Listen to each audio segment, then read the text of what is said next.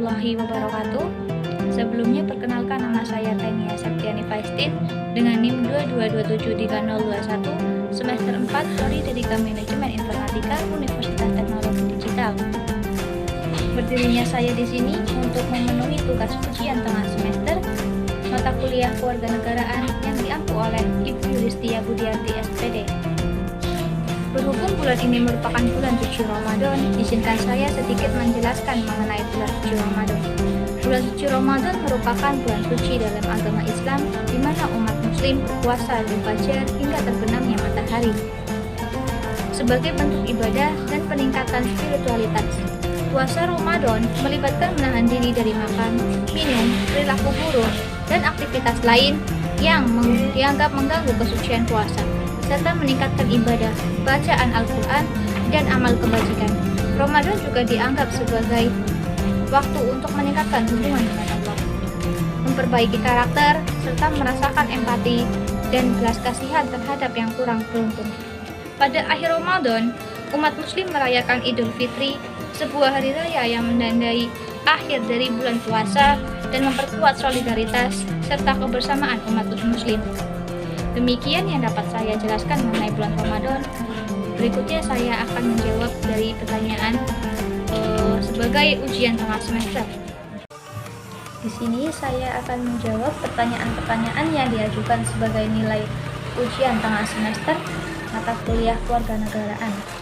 Yang pertama, kewarganegaraan adalah salah satu mata kuliah umum yang sifatnya wajib di perguruan tinggi, baik itu perguruan tinggi negeri ataupun perguruan tinggi swasta. Salah satu alasannya secara internal yaitu untuk mempertahankan nilai dan norma pada warga negara dalam kehidupan berbangsa dan bernegara, untuk menjadikannya sebagai warga negara yang baik. Tapi kenyataannya, sekarang ini masih banyak mahasiswa yang tidak memiliki rasa nasionalisme dan sikap patriotisme yang berlandasan nilai-nilai Pancasila. Bagaimana pendapat saudara dengan konsep dan kenyataan tersebut? Jelaskan beserta contohnya. Menurut pendapat saya, konsep kewarganegaraan dalam pendidikan tinggi memang penting untuk membentuk warga negara yang baik dengan kesadaran akan nilai-nilai nasionalisme dan patriotisme. Namun, realitanya menunjukkan bahwa masih banyak mahasiswa yang kurang memiliki kedalaman, pemahaman, dan rasa tanggung jawab terhadap negara mereka. Salah satu penyebabnya bisa jadi karena kurikulum kurang mengintegrasikan nilai-nilai kewarganegaraan dengan baik, atau kurangnya upaya untuk membangun kesadaran akan pentingnya rasa nasionalisme dan patriotisme di luar ruang kelas. Contohnya, beberapa mahasiswa mungkin lebih fokus pada pencapaian pribadi dan kepentingan individu daripada memperhatikan kesejahteraan masyarakat atau negara secara keseluruhan. Mereka mungkin kurang terlibat dalam kegiatan sosial atau politik yang dapat meningkatkan kesadaran kewarganegaraan mereka. Selain itu, pengaruh media sosial dan budaya populer juga dapat mempengaruhi persepsi dan nilai-nilai mahasiswa terkait dengan kewarganegaraan. Misalnya, ketika terjadi perpecahan atau polarisasi dalam masyarakat, mahasiswa cenderung terpengaruh dan mungkin kehilangan semangat untuk memperjuangkan nilai-nilai persatuan dan kesatuan. Untuk mengatasi hal ini, pendekatan holistik dalam pendidikan kewarganegaraan perlu diperkuat, di mana mahasiswa tidak hanya belajar tentang konsep-konsep kewarganegaraan secara teoritis, tetapi juga diajak untuk berpartisipasi dalam kegiatan nyata yang dapat memperkuat kesadaran akan tanggung jawab sebagai warga negara. Institusi pendidikan juga perlu terus mendorong diskusi dan refleksi nilai-nilai Pancasila, serta mendorong mahasiswa untuk menjadi agen perubahan positif dalam masyarakat. Yang kedua, salah satu alasan perlunya identitas nasional bagi Indonesia yaitu agar bangsa Indonesia tetap bersatu dalam menjaga nilai persatuan sesuai dengan ideologi atau dasar negara Indonesia. Tetapi salah satu dinamika yang terjadi sekarang ini, warga negara Indonesia tidak lagi menjadikan Pancasila sebagai acuan sikap dan perilaku hidupnya dalam berkehidupan berbangsa dan bernegara, sehingga merusak nilai persatuan. Jelaskan beserta contoh bagaimana kedudukan konsep ideologi negara Indonesia sekarang ini terhadap dinamika yang terjadi.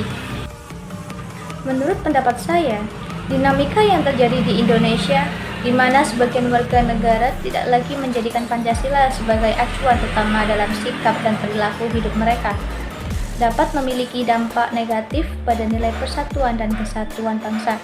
Ini menyoroti pentingnya kembali memperkuat pemahaman dan penerapan nilai-nilai Pancasila sebagai landasan ideologis negara. Kedudukan konsep ideologi negara Indonesia saat ini menghadapi tantangan dalam memperkuat kesadaran akan pentingnya Pancasila sebagai panduan dalam kehidupan berbangsa dan bernegara. Beberapa faktor yang mempengaruhi dinamika ini antara lain perubahan sosial dan budaya.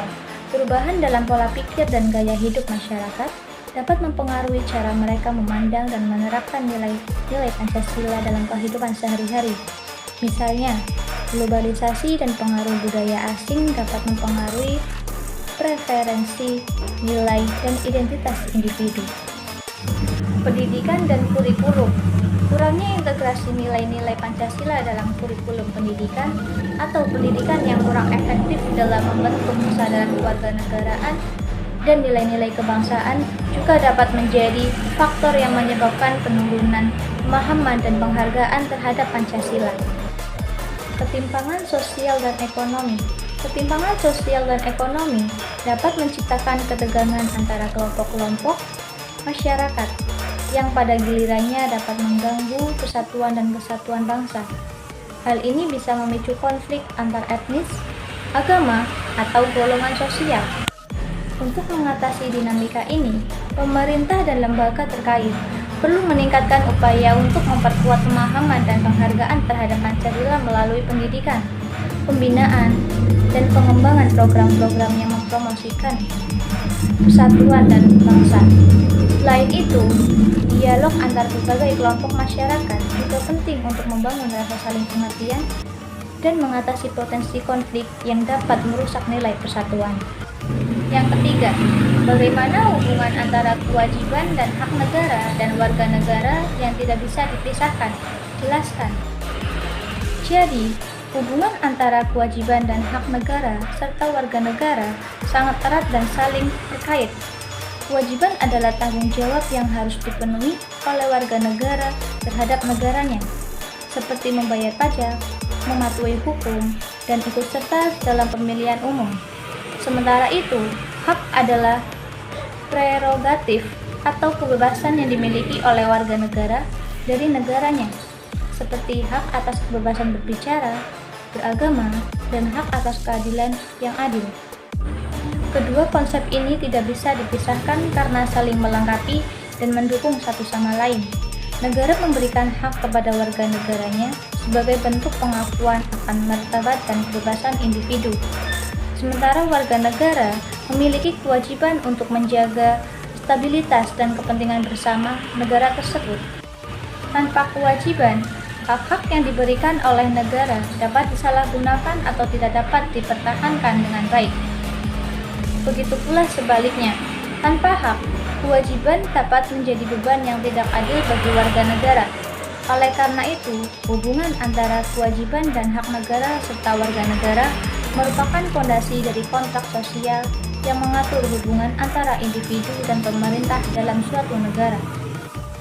Yang keempat, salah satu alasan perlunya sebuah konstitusi dalam kehidupan berbangsa dan bernegara yaitu untuk bisa melindungi HAM setiap warga negara. Tetapi kenyataan sekarang ini masih ada HAM warga negara yang dirugikan oleh pihak yang tidak bertanggung jawab, seperti hak seorang anak yang harus mendapatkan pendidikan. Bagaimana pendapat saudara tentang konsep dan kasus tersebut? Menurut pendapat saya, konstitusi memang penting untuk melindungi hak asasi manusia setiap warga negara, termasuk hak anak untuk mendapatkan pendidikan. Namun, implementasi konstitusi terkadang tidak selalu sempurna, dan masih ada kasus di mana HAM warga negara dirugikan oleh pihak yang tidak bertanggung jawab. Hal ini menunjukkan perlunya upaya yang lebih besar dalam menegakkan prinsip-prinsip konstitusi serta meningkatkan kesadaran akan pentingnya hak-hak individu dalam masyarakat.